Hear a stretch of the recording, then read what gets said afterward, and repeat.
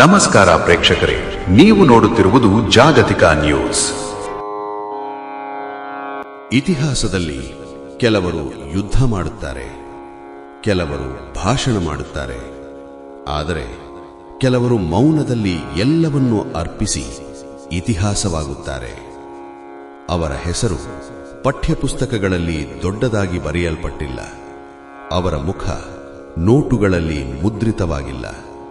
ಆದರೆ ಭಾರತ ಇಂದು ನಿಂತಿರುವ ನೆಲದಲ್ಲಿ ಅವರ ತ್ಯಾಗದ ಚಿಹ್ನ ಮಿಶ್ರಿತವಾಗಿದೆ. ಇದು ದರ್ಭಂಗದ ಕೊನೆಯ ಮಹಾರಾಣಿ ಕಾಮಸುಂದರ ದೇವಿಯ ಕಥೆ. ಬಿಹಾರದ ದರ್ಭಂಗ ಒಂದು ಕಾಲದಲ್ಲಿ ವಿದ್ಯೆ, ಸಂಸ್ಕೃತಿ, ದಾನ ಧರ್ಮಕ್ಕೆ ಪ್ರಸಿದ್ಧವಾದ ರಾಜಮನೆತನ. ಆ ರಾಜಮನೆತನದ ಮಹಾರಾಜ ಕಾಮೇಶ್ವರ ಸಿಂಗ್ ಅವರ ಮೂರನೇ ಪತ್ನಿಯಾಗಿ 1940ರಲ್ಲಿ ವಿವಾಹವಾದವರು ಕಾಮಸುಂದರ ದೇವಿ. ಐಷಾರಾಮಿ ಬದುಕು, ರಾಜವೈಭವ, ಸಂಪತ್ತಿನ ಪರ್ವತ ಎಲ್ಲವೂ ಅವರ ಮುಂದೆ ಇತ್ತು. ಆದರೆ ಅವರು ಆಯ್ಕೆ ಮಾಡಿಕೊಂಡದ್ದು ಸರಳ ಜೀವನ, ಮೌನದ ಸೇವೆ. 1962 ಭಾರತ ಚೀನಾ ಯುದ್ಧ. ಗಡಿಯಲ್ಲಿ ಸೈನಿಕರು, ಒಳನಾಡಿನಲ್ಲಿ ಆತಂಕ, ಸರ್ಕಾರಕ್ಕೆ ಸಂಪನ್ಮೂಲಗಳ ಕೊರತೆ. ದೇಶ ಎಲ್ಲರ ಕಡೆ ಸಹಾಯ ಕೇಳುತ್ತಿತ್ತು. ಅಂದು ಒಂದು ರಾಜಮನೆತನದ ಬಾಗಿಲು ತೆರೆಯಿತು. ಅದು ಪ್ರಚಾರಕ್ಕಾಗಿ ಅಲ್ಲ, ಪ್ರತಿಫಲಕ್ಕಾಗಿಯೂ ಅಲ್ಲ, ದೇಶಕ್ಕಾಗಿ. ಇತಿಹಾಸದಲ್ಲಿ ದಾಖಲಾಗಿರುವಂತೆ ಮಹಾರಾಣಿ ಕಾಮಸುಂದರ ದೇವಿ ರಾಷ್ಟ್ರೀಯ ರಕ್ಷಣೆಗೆ 15 ಮೌಂಡ್ ಚಿನ್ನ, ಅಂದರೆ ಸುಮಾರು 600 ಕಿಲೋಗ್ರಾಂ ಚಿನ್ನವನ್ನು ಸರ್ಕಾರಕ್ಕೆ ದಾನ ಮಾಡಿದರು. ಅದು ಕೇವಲ ಚಿನ್ನವಲ್ಲ, ಅದು ರಾಜಮನೆತನದ ಸಂಗ್ರಹ, ಪೀಳಿಗೆಯ ಆಸ್ತಿ, ಭದ್ರತೆಯ ಭರವಸೆ. ಆದರೂ ಅವರು ಹೇಳಿದ್ದೆನ್ನಲಾಗುತ್ತದೆ, ದೇಶ ಉಳಿದರೆ ಮಾತ್ರ ಈ ಎಲ್ಲಕ್ಕೂ ಅರ್ಥ. ಅವರ ತ್ಯಾಗ ಅಲ್ಲಿ ನಿಲ್ಲಲಿಲ್ಲ. 3 ಖಾಸಗಿ ವಿಮಾನಗಳು ಮತ್ತು ಸುಮಾರು 90 ಎಕರೆ ವಿಮಾನ ನಿಲ್ದಾಣ ಭೂಮಿ ದೇಶದ ಬಳಕೆಗೆ ಸರ್ಕಾರಕ್ಕೆ ಅರ್ಪಣೆ. ಒಬ್ಬ ಮಹಿಳೆ, ಒಬ್ಬ ಮಹಾರಾಣಿ ಯುದ್ಧ ಭೂಮಿಗೆ ಹೋಗಲಿಲ್ಲ, ಆದರೆ ಸೈನಿಕರ ಹಾರಾಟಕ್ಕೆ ಆಕಾಶವನ್ನೇ ಕೊಟ್ಟರು.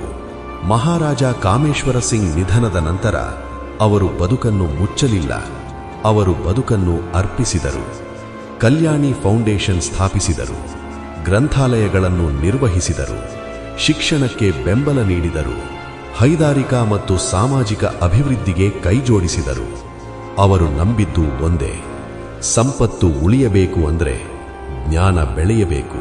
ಅವರು ಕ್ಯಾಮರಾಗಳ ಮುಂದೆ ಕಾಣಿಸಲಿಲ್ಲ, ಪ್ರಶಸ್ತಿಗಳ ಹಿಂದೆ ಓಡಲಿಲ್ಲ, ರಾಜಕೀಯ ವೇದಿಕೆ ಹುಡುಕಲಿಲ್ಲ.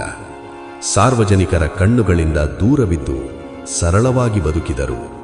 ಆದರೆ ದರ್ಭಂಗ ರಾಜಮನೆತನದ ಪರಂಪರೆಯನ್ನು ಮೌಲ್ಯಗಳೊಂದಿಗೆ ಮುಂದುವರಿಸಿದರು.